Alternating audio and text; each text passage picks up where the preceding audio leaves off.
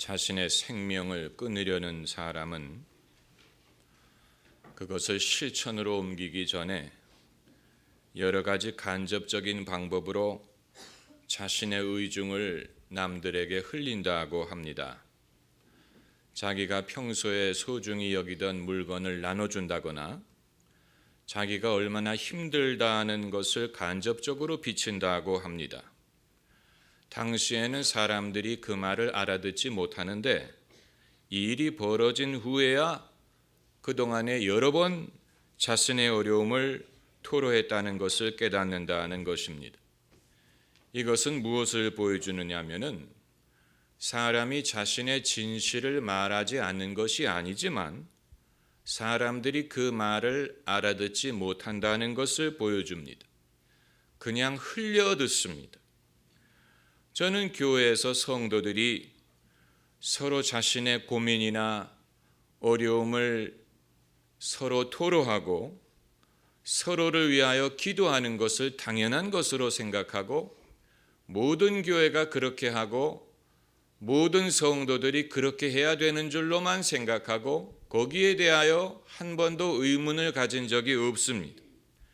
그러나 제가 직접 목회를 해보면서 느끼는 것은 우리 교인들뿐만이 아니고 거의 모든 사람들은 자신의 고민을 남들에게 말하려고 하지 않는다는 것입니다. 이론대로 되지 않습니다. 사람은 자신의 아픔을 남에게 말하는 것을 꺼리고 사람들이 나의 아픔에 대해서 아는 것을 원치 않습니다. 거기에는 여러 가지 이유가 있을 수 있습니다. 자존심 때문일 수도 있고 수치심 때문일 수도 있고 프라이버시를 존중받기를 원하기 때문일 수도 있고 설령 털어놓더라도 별로 도움이 될 것이라고 생각하지 않기 때문에 그럴 수도 있습니다. 그러므로 성도들이 서로의 문제를 고백하고 서로 위하여 기도하는 데에는 한계가 있습니다. 반대로 목회자에게는 성도들이 의외로 자신의 문제를 많이 털어놓는 것을 볼 수 있습니다. 신방을 한다거나 기도를 해드릴 때 아니면 그냥 마주치는 자리에서 성도들이 의외로 자신의 고민에 대하여 많은 고백을 하는 것을 보는데 제가 센스가 빠르지 못하기 때문에 그것이 무엇인지를 깨닫지 못할 때가 많습니다. 왜냐하면 눈물을 흘리면서 말한다면 모르지만 평범한 얼굴 표정으로 평범한 목소리로 말씀을 하시기 때문에 그것이 자신의 아픔을 말하는 것인지를 생각하지 못하는 것입니다. 설마 이런 식으로 생각할 때가 많아요. 그리고 어떤 경우에는 간접적으로 지나가는 식으로 말씀을 하는 성도들도 있습니다. 그때도 역시 그것이 얼마나 긴박한지를 깨닫지 못합니다. 이것은 말하는 사람의 문제가 아니고 남의 말을 듣는 사람의 문제가 아닌가 생각을 합니다.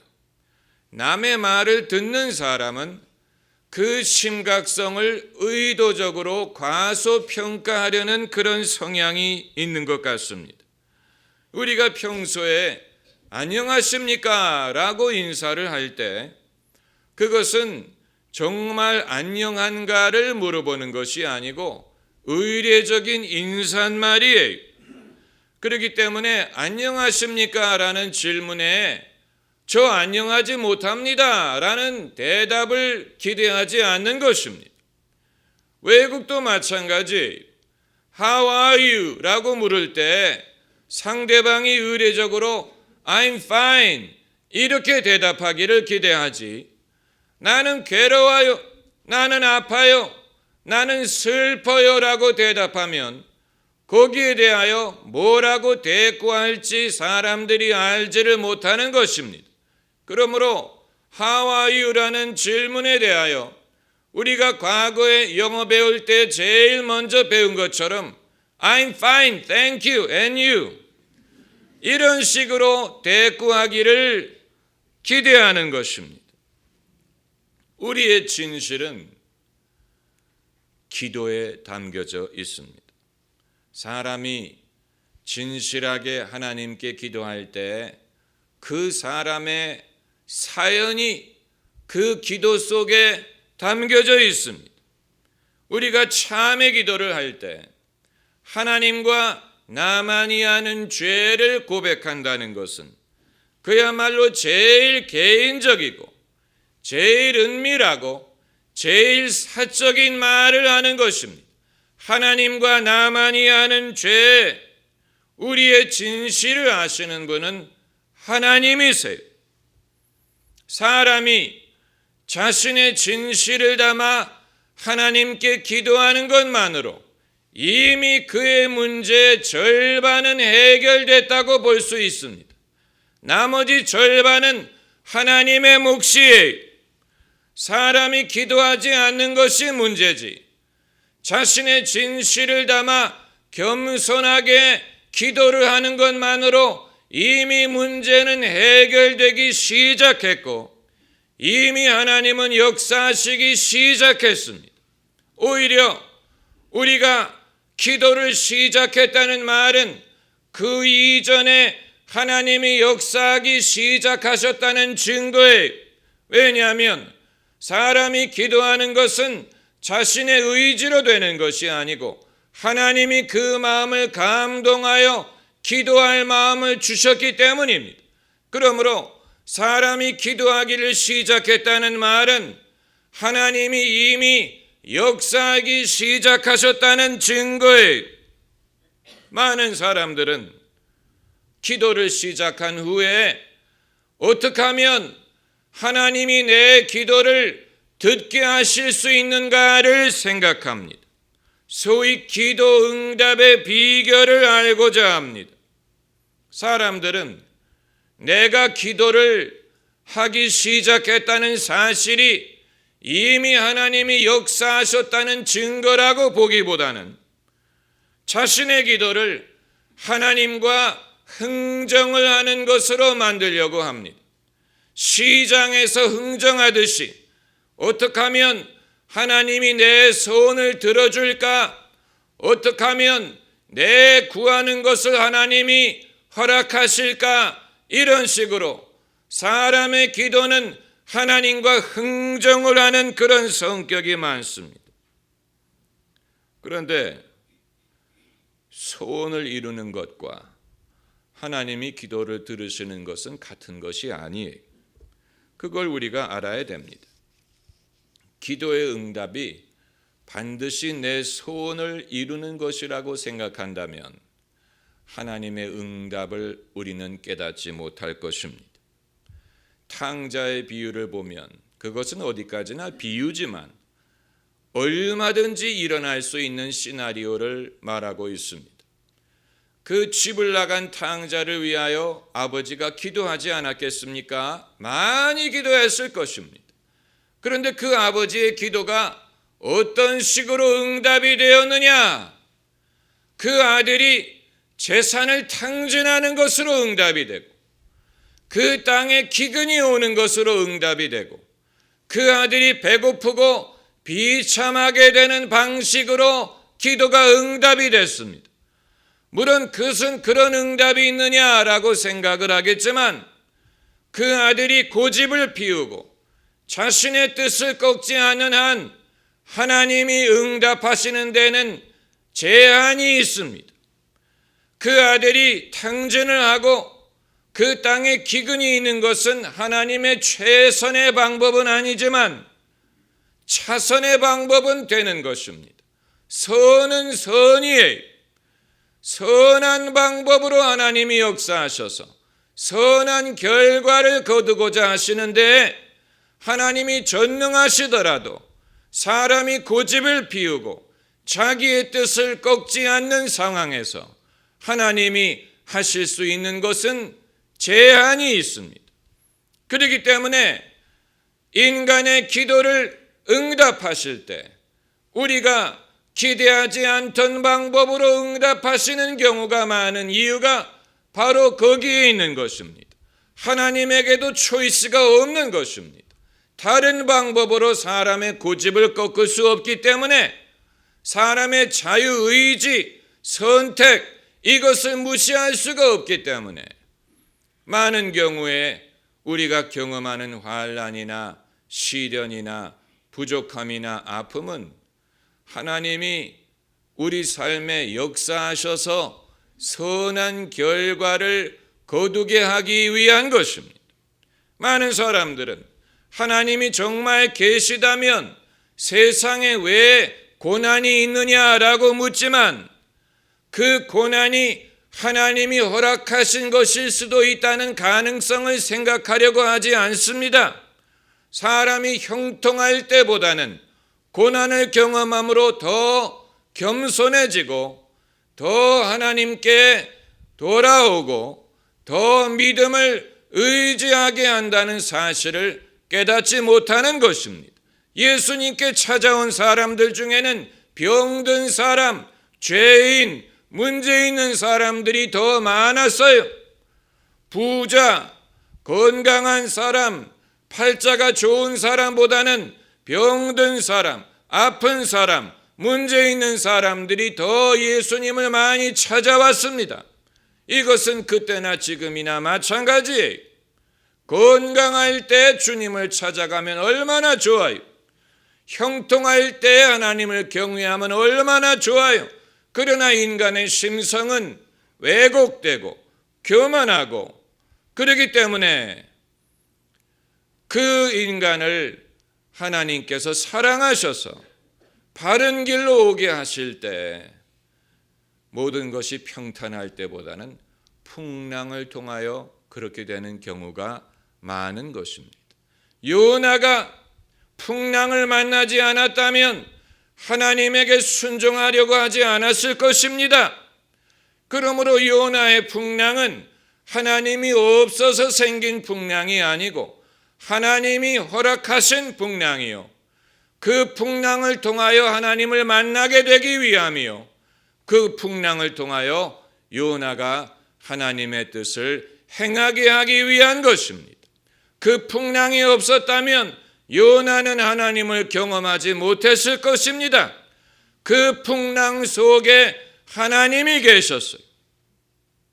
그 풍랑을 통하여 하나님은 선한 역사를 이루고자 하신 것입니다.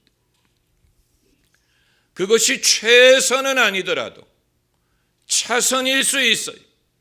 그러나 선은 선입니다. 하나님은 선한 결과를 얻고자 하십니다. 여러분, 하나님이 우리의 기도를 응답하지 않는 게 아니에요. 응답하십니다. 그러나 사람의 고집 때문에 때로는 색다른 방법으로 응답하시는 것입니다. 그것도 하나님의 응답이에요.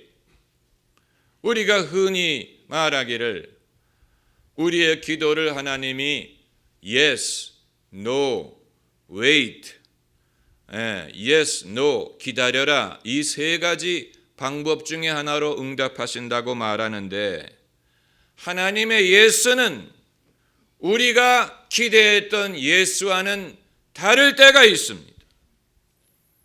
우리에게 일어나는 환난이 하나님의 yes일 수가 있어요. 응답은 응답이에요. 그러나 우리가 기대하던 응답은 아니에요. 예수님 말씀에 너희 손이 너희를 범죄케 하면 찍어내버리라고 하셨어요. 손 하나가 없이 생명에 들어가는 것이 온몸이 성하고 지옥불에 들어가는 것보다 낫다고 하셨습니다. 너희 눈이 너를 범죄케 하거든 찍어내버리라. 한 눈이 없이 생명에 들어가는 것이 온몸이 성하여 불 속에 들어가는 것보다 낫다고 하셨습니다. 그러므로 때로는 손 하나를 잃는 것이 하나님의 뜻이에요. 하나님의 방법이에요. 우리의 영혼을 건지기 위하여, 우리의 생명을 건지기 위하여 그러한 대가, 희생을 감수하게 하시는 것입니다. 오늘 본문은 아주 기이한 사건입니다. 나귀가 입을 열어 말하지를 않나, 천사가 손에 칼을 들고 나타나지를 않나. 아마 여러분은 이것은 신화와 같다, 만화와 같다라고 생각하실지 모르겠는데, 우리가 주목할 것은 이 사건의 중앙에 고집을 피우는 인간이 있다는 사실이에요. 완악한 인간이 이 중앙에 있습니다. 그의 이름은 발람인데 분명히 하나님의 뜻인지 아닌 줄 알면서도 자기의 길을 고집했어요. 그런데 하나님은 발람을 사랑하시고 그를 구원하기를 원하셨습니다. 그러면 어떻게 할 수 있다는 말입니까?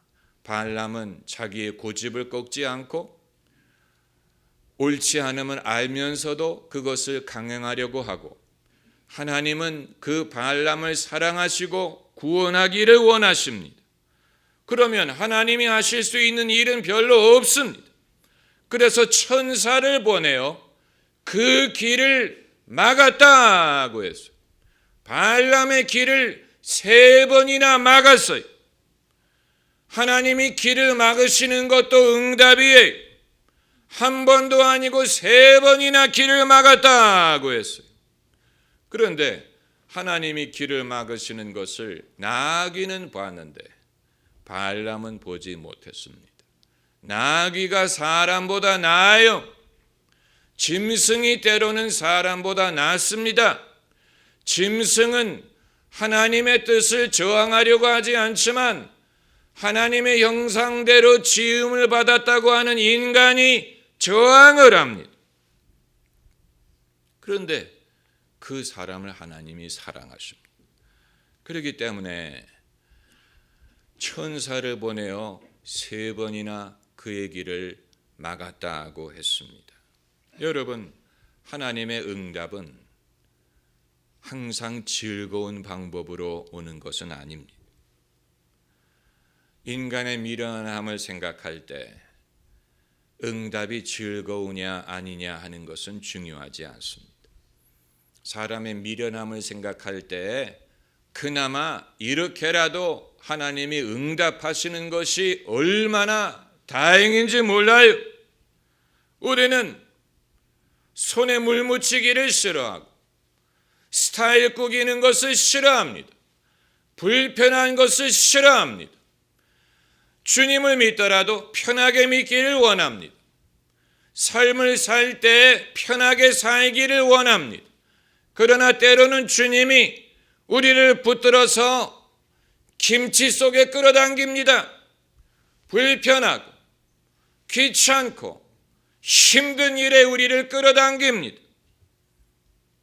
그렇게 함으로써 정말로 귀중한 것과 전혀 귀중하지 않은 것, 이뤄도 되는 것과 이뤄서는 안 되는 것, 그것을 깨닫게 하십니다.